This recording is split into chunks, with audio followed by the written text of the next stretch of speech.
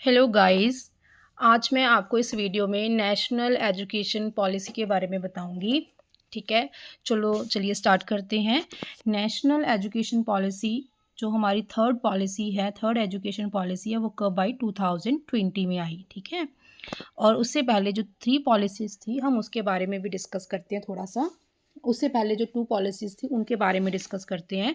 सबसे पहली जो पॉलिसी थी वो कब आई? 1968 के अंदर आई। उस टाइम हमारे पीएम कौन थे? इंदिरा गांधी। पीएम कौन थे? इंदिरा गांधी थे। और कमीशन जिन्होंने इस पॉलिसी को बनाया, फॉर्मुलेट किया, उनका नाम था कोठारी कमीशन। कोठारी कमीशन के अंदर इन्होंने सबसे बड़ी बात, जो मेन बातें करी, उसके बारे में हम डिस्कस करते हैं। पहली बात इन्होंने बोला कि हमें अपने जीडीपी का 6% एजुकेशन के ऊपर खर्च करना चाहिए। We have to spend 6% of our GDP on education system to improve education system. Second उन्होंने बात की कि हमें जो टीचिंग है, एक लैंग्वेज के ऊपर फोकस ना करके इट शुड बी मल्टीलिंगुअलिज्म, मतलब सारी जो हमारी 22 क्लास लैंग्वेजेस हैं, या हमारा इंडिया है जो एक डाइवर्स कंट्री है, यहाँ पे बहुत सारी भाषाएं बोली जाती हैं। हम एक हिंदी या इंग्लिश लैंग्वेज को चूज़ करके बच्चों को नहीं सिखा सकते, क्योंकि कई एरियाज़ के अंदर तो हिंदी लैंग्वेज को भी नहीं बोला जाता।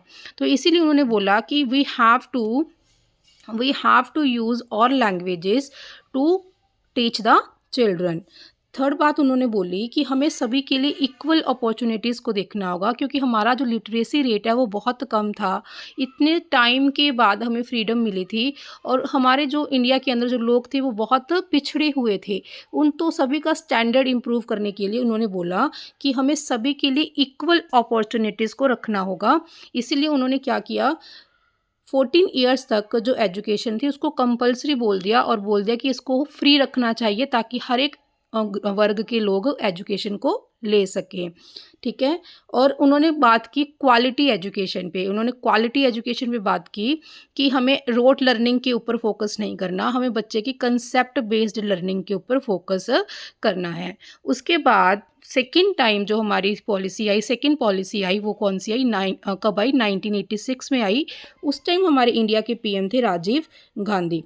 इन्होंने बोला कि हमें बच्चों को थ्योरी सब्जेक्ट्स ना पढ़ाकर उन्हें प्रैक्टिकल नॉलेज भी देना ज़रूरी है, क्योंकि महात्मा गांधी भी यही बोलते थे कि हमें बच्चे को कुछ ऐसे पढ़ाना है कि वो अपना आगे जाके एटलीस्ट लाइवलीहुड, मतलब लाइवलीहुड तो अर्न कर सके, अपने रोजी रोटी के पैसे तो कमा सके, उसके लिए किसी के ऊपर डिपेंडेंट ना रहे। ये कौन कहते थे? महात्मा गांधी। तो वहीं से इंस्पायर होकर इन्होंने बोला कि एटलीस्ट बच्चे को अगर बच्चे को रोज़गार नहीं मिलता, अनएम्प्लॉयमेंट बहुत है इंडिया के अंदर, अगर बच्चे को रोज़गार नहीं मिलता तो एटलीस्ट उसको कुछ ऐसा सिखाओ एजुकेशन के अंदर, कुछ स्किल दो उसको क्राफ्ट सिखाओ, उसको होम साइंस के बारे में बताओ, या फिर उसको जैसे आईटीआई इंट्रोड्यूस की है, एक साल का, 2 साल का, 3 साल का एक कोर्स इंट्रोड्यूस करवा दिया इलेक्ट्रीशियन का, मैकेनिकल का, जिससे बच्चा एटलीस्ट अगर उसको नौकरी नहीं मिलती तो वो अपनी रोजी रोटी तो कमा सके, अपना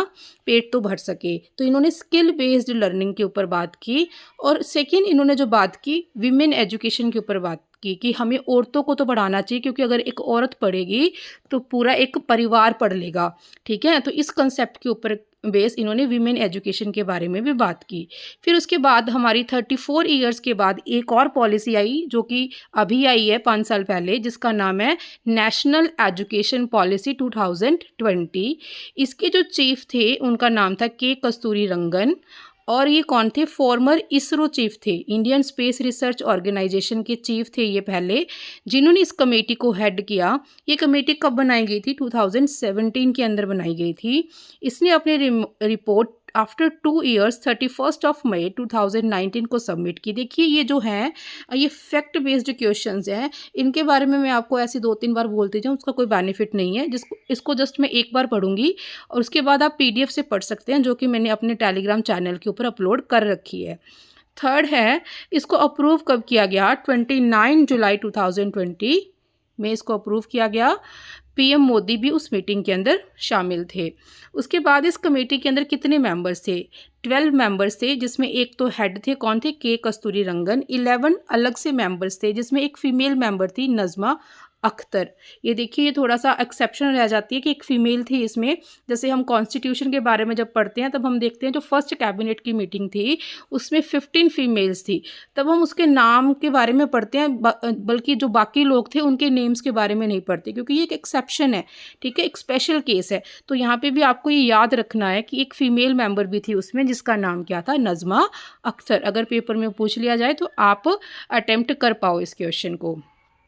फर्स्ट स्टेट जिसने इस एजुकेशन पॉलिसी को इम्प्लीमेंट किया वो कौन थी, कर्नाटका।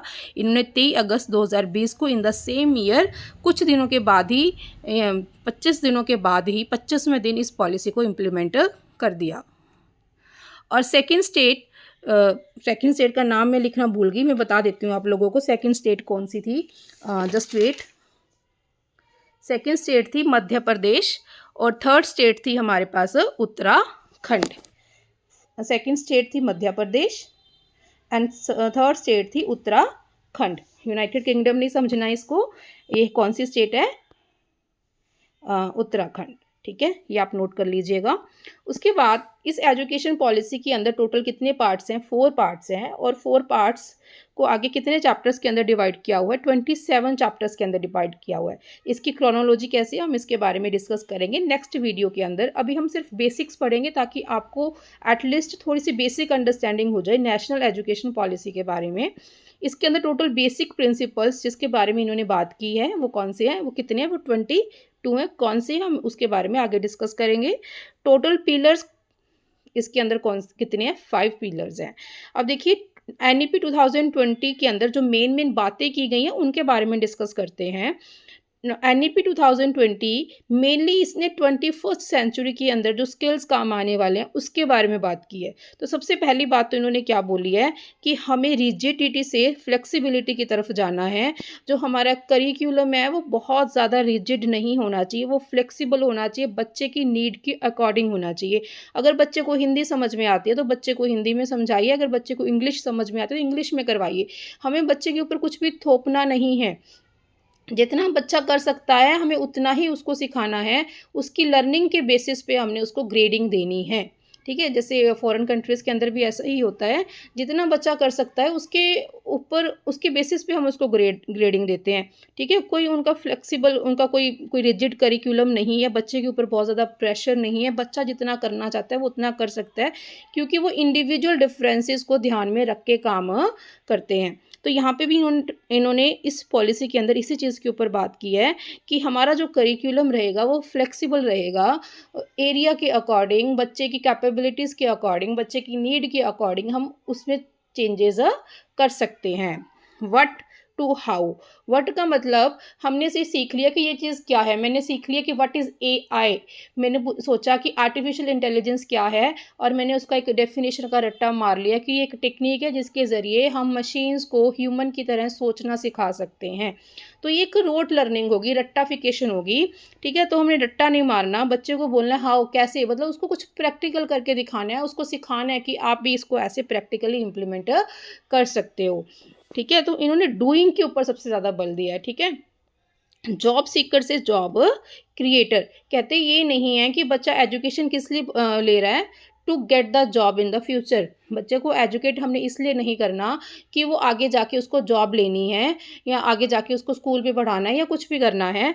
हमने उसको इस तरीके से उसको एजुकेट करना है कि वो आगे जाके और लोगों के लिए जॉब अपॉर्चुनिटीज़ को क्रिएट कर सके, जॉब्स को क्रिएट कर सके, अपनी खुद की कंपनी खोल सके जिसमें वो लोगों को रख सके, लोगों को गाइड कर सके। तो हमें उसको जॉब क्रिएटर बनाना है, जॉब सीकर नहीं बनाना। एजुकेशन फॉर एनलाइटनमेंट, आत्मसात, एनलाइटनमेंट का हिंदी में मीनिंग क्या रहेगा, आत्मसात।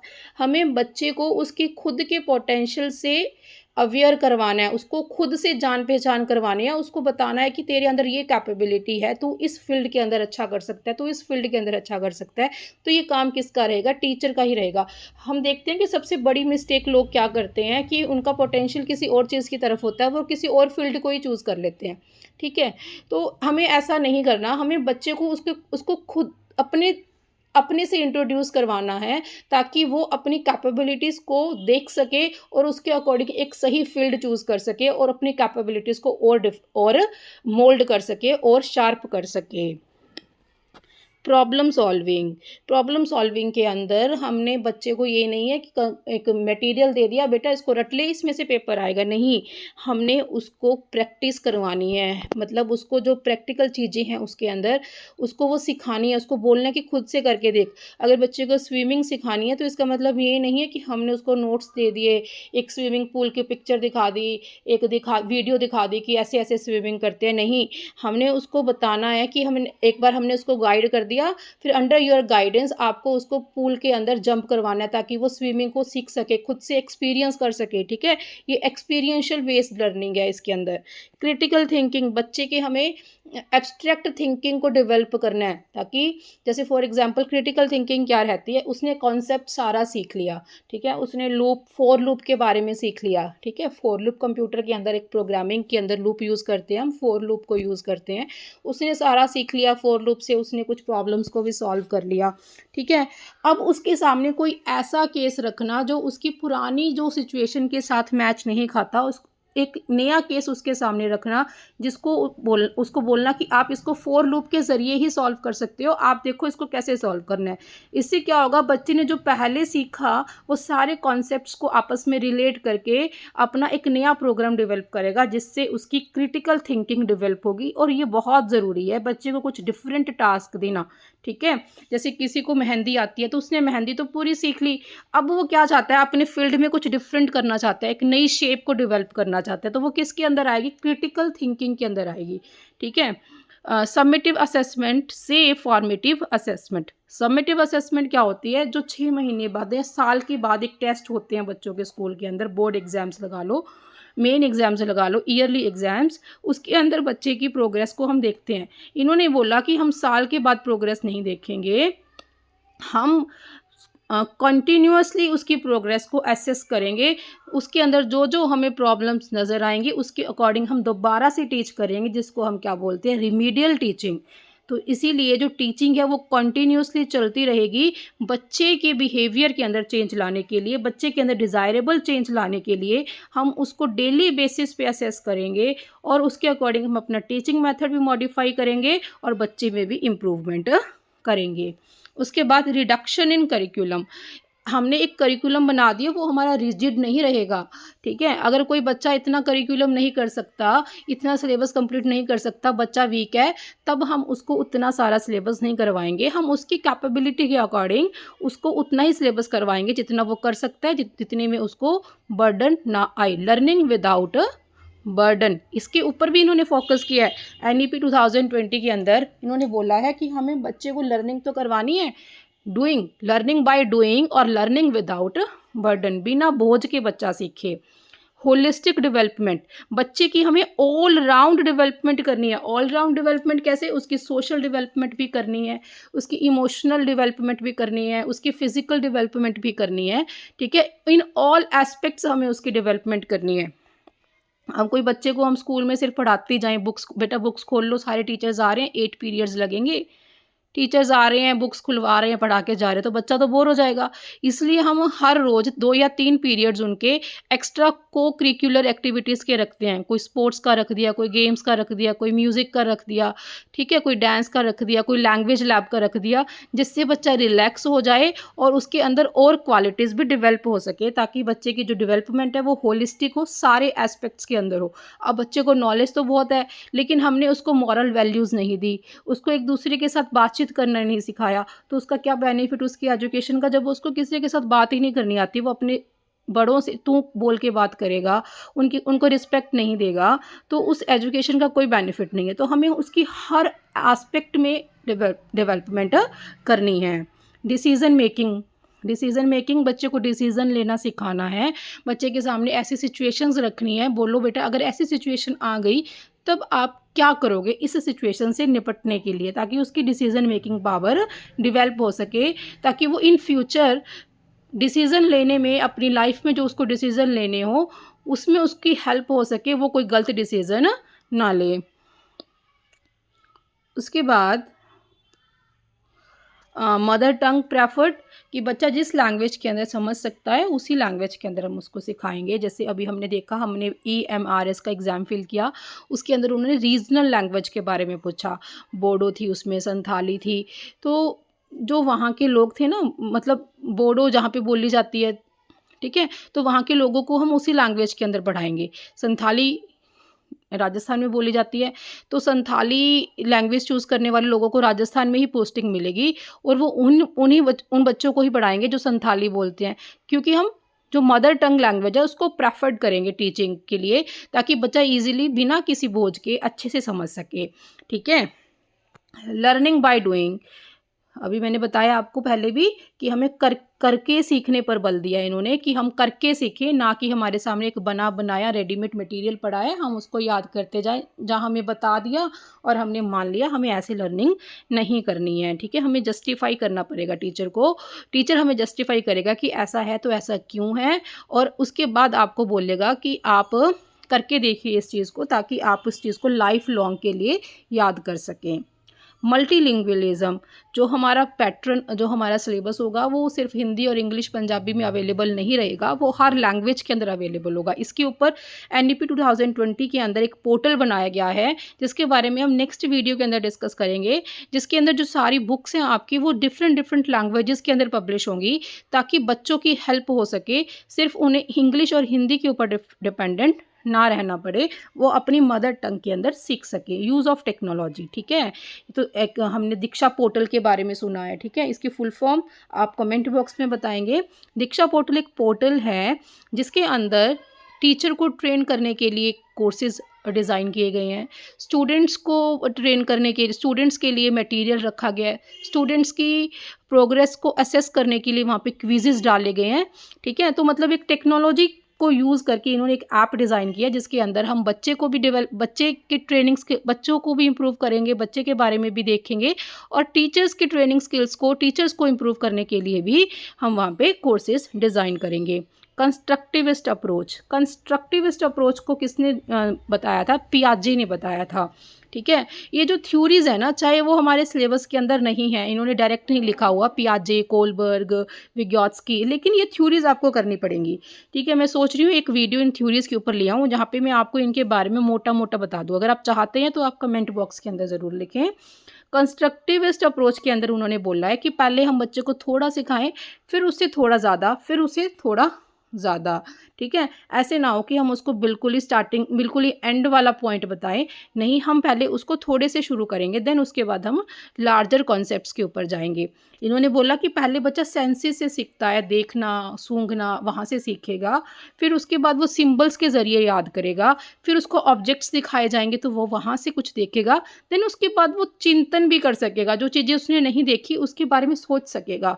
तो ठीक है, इस तरीके से हमें बच्चे को सिखाना है। और इसके अंदर बच्चे की एक एज भी मैटर करती है। हम छोटे बच्चे को, 2 साल के बच्चे को हम एब्स्ट्रैक्ट थिंकिंग नहीं सिखा सकते, उसको हमें सेंसेस के ज़रिए ही वो सीखेगा, ऑब्जर्वेशन के ज़रिए ही सीखेगा। 2 से 5 साल का बच्चा किसके ज़रिए सीखेगा? एक सिंबल्स के ज़रिए सीखेगा। जैसे मुझे उसको सिखाना है 2 + 2 कितना रहता है, तो हम उसके सामने एक बॉल्स ड्रॉ कर देंगे। ये बॉल्स हैं, ये 2 बॉल्स हैं, और ये भी 2 बॉल्स हैं। बेटा ये कितनी बॉल है, उसको बोलो काउंट करो कितनी बॉल्स होगी, 1 2 3 4। तो वो एक सिंबल्स के ज़रिए सीखेगा बच्चा। ठीक है, तो ऐसे करके कैसे कुछ टेक्निक्स को फॉलो करके ही आप बच्चे को सिखाओगे। ठीक है, उसके बाद है मल्टी डिसिप्लिनरी, मतलब आप बच्चे को ऐसे, जैसे हमारे टाइम पे क्या था, एक स्ट्रीम थी आर्ट्स, एक थी कॉमर्स, एक थी साइंस, एंड एक थी मेडिकल और एक थी नॉन मेडिकल। ठीक है, अब जो बच्चा आर्ट्स में है वो इकोनॉमिक्स चूज़ करेगा, या फिर पोल साइंस चूज़ करेगा, हिस्ट्री चूज़ करेगा। अगर उसका साइंस में किसी फिज़िक्स में इंटरेस्ट है तो वो फिज़िक्स को चूज़ नहीं कर सकता। ठीक है, उस टाइम पे ऐसा था, लेकिन यहाँ पे ऐसा नहीं है। अगर बच्चा इकोनॉमिक्स के साथ साइंस चूज़ करना चाहता है तो बच्चा कर सकता है। तो यहाँ पे इन्होंने मल्टी डिसिप्लिनरी अप्रोच को फॉलो किया है। हाँ जी, तो अगर हमें इतना कुछ फ़ॉलो करना है, हम टेक्नोलॉजी फ़ॉलो कर रहे हैं, हम इतने सारे रूल्स को फ़ॉलो कर रहे हैं, तो हमें टीचर्स भी तो वैसे ही चाहिए होंगे ना। हमारे जो टीचर्स हैं हाईली ट्रेंड होने चाहिए। तो यहाँ पे टीचर्स हमारे हाईली ट्रेंड होने चाहिए। टीचर्स के लिए भी कुछ रूल्स एंड रेगुलेशंस बनाए गए हैं, जिसके बारे में हम नेक्स्ट वीडियोज़ में डिस्कस करेंगे। Inclusive education. अभी हमें पता है इंडिया जो है एक डाइवर्स कंट्री है। यहाँ पे बैकवर्ड से लेकर हाई मतलब लो क्लास से लेके हाई क्लास तक के लोग रहते हैं, ठीक है। तब ऐसा नहीं है कि हमें लो क्लास से लेके हाई क्लास के सभी लोगों को इसके अंदर कंसीडर करना पड़ेगा एजुकेशन के अंदर। इसलिए इन्होंने इंक्लूसिव एजुकेशन की बात की है कि सभी के लिए सेम शिक्षा, सभी के लिए सेम शिक्षा, ठीक है। एक्टिव लर्निंग कौन सी होगी? जिसमें बच्चा खुद पार्टिसिपेट करेगा, बच्चे को पता होगा। जैसे फॉर एग्जांपल हम लेसन प्लान्स बनाते हैं, ठीक है। जो टीचर्स हैं यहाँ पे एक्चुअल में पहले से टीचर्स हैं, वो समझेंगे इस बात को। जब हम लेसन प्लान बनाते हैं, हमारा सेकेंड स्टेप क्या रहता है उसके अंदर, कि हम उसके अंदर ऑब्जेक्टिव लिखते हैं कि हमारे जो टीचिंग का ऑब्जेक्टिव क्या है। कई स्कूल्स के अंदर, जैसे मेरा जो स्कूल था, उसके अंदर हम बोर्ड के ऊपर भी लिखते थे कि जो हमें हमारा टॉपिक ये है और इस टॉपिक को टीच करने का ऑब्जेक्टिव ये है, जिससे बच्चे को पता चले कि मुझे ये टॉपिक करने का क्या बेनिफिट है। अब जैसे मैंने बच्चे को पाइथन सिखानी है, ठीक है, मैं उसको लूप्स के बारे में बता रही हूँ, मैं उसको एंड में बताऊँगी कि आप इन लूप्स के ज़रिए कोई भी गेम डेवलपमेंट करने के लायक हो जाएंगे आफ्टर दिस क्लास। तो बच्चे की क्यूरोसिटी बढ़ेगी, बच्चा उस लेक्चर को पूरे ध्यान से पढ़ेगा, बच्चे की जो लर्निंग रहेगी वो एक्टिव रहेगी, क्योंकि उसको पता है कि उसकी उस लेक्चर का उसके लिए क्या बेनिफिट रहेगा। तो इसको हम क्या बोलते हैं? Active learning. Holistic development, holistic assessment, sorry. जब हम होलिस्टिक डेवलपमेंट करेंगे तो बच्चे की जो असेसमेंट रहेगी, बच्चे की इवेल्युएशन रहेगी, वो भी 360 डिग्री रहेगी, ठीक है। होलिस्टिक असेसमेंट रहेगी, ठीक है। हम रिपोर्ट कार्ड के अंदर सब कुछ लिखेंगे, बच्चे के सब्जेक्ट्स, करिकुलर जो करिकुलम के अंदर जो मार्क्स आए हैं हिंदी, साइंस, मैथ्स के अंदर, वो भी लिखेंगे। हम साथ में उसकी म्यूज़िक के बारे में बात करेंगे, उसकी मॉरल वैल्यूज़ की बात करेंगे, उसके सोशल स्किल्स की बात करेंगे। हम उसकी हर चीज़ के बारे में बात करके फिर उसका रिपोर्ट कार्ड बनाएंगे, क्योंकि हमें उसकी असेसमेंट भी कौन सी करनी है? होलिस्टिक असेसमेंट करनी है, ठीक है। तो हमने अभी बात, तो उसका जो रिपोर्ट कार्ड रहेगा वो भी कौन सा रहेगा? 360 degree multi dimensional report card, जिसके अंदर हम डांसिंग, सिंगिंग स्किल्स, उसकी स्टडी, स्पोर्ट्स, सोशल स्किल्स, सबके बारे में बात करेंगे, ठीक है। इसलिए हम उसको क्या बोलेंगे? Holistic progress card, holistic progress card. तो हम कह सकते हैं हम बच्चे को 3 चीज़ों के ऊपर इवेल्युएट करेंगे। पहले तो उसके कॉग्निटिव स्किल्स के ऊपर, कॉग्निटिव मतलब उसका कॉन्सेप्ट कितना क्लियर है। फिर हम देखेंगे उसकी इमोशनल डेवलपमेंट कितनी है, मतलब उसकी मोरल वैल्यूज़ कैसी हैं, उसकी बच्चों के साथ मतलब सोशल स्किल्स उसके कैसे हैं। उसके बेसिस पे हम अफेक्टिव स्किल देखेंगे उसका। फिर हम देखेंगे वो स्पोर्ट्स में कैसा है, वो डांस में कैसा है, जो कि वो किससे रिलेट करेगा? उसके साइकोमोटर डोमेन के साथ रिलेट करेगा। मतलब हम 3 डोमेन्स के अंदर बच्चे की असेसमेंट करेंगे, कॉग्निटिव, अफेक्टिव एंड साइकोमोटर, जिसको आप याद रख सकते हैं, कैप से याद कर सकते हैं। CAP, C means cognitive, A means affective, P means psychomotor. तो अभी आज हमने नेशनल एजुकेशन पॉलिसी के बारे में बेसिक्स डिस्कशन किए, उसके अंदर जिन मेन चीज़ों के बारे में बात की हमने उसके बारे में डिस्कस किया, ठीक है। और नेक्स्ट वीडियो में हम इसके स्ट्रक्चर के ऊपर बात करेंगे, और जो इसके साथ रिलेटेड जो चैप्टर्स वगैरह हैं उसके बारे में डिस्कशन करेंगे। होप सो आपको ये लेक्चर पसंद आया होगा। अगर पसंद आया तो प्लीज़ लाइक कीजिए, शेयर कीजिए अपने दोस्तों के साथ, और हाँ, इस चैनल को सब्सक्राइब कर लीजिए ताकि आगे आने और नोटिफिकेशन बेल के ऊपर भी आप क्लिक कीजिए ताकि आपको आगे आने वाली सारी वीडियोज़ की नोटिफिकेशन मिल सके। Thank you.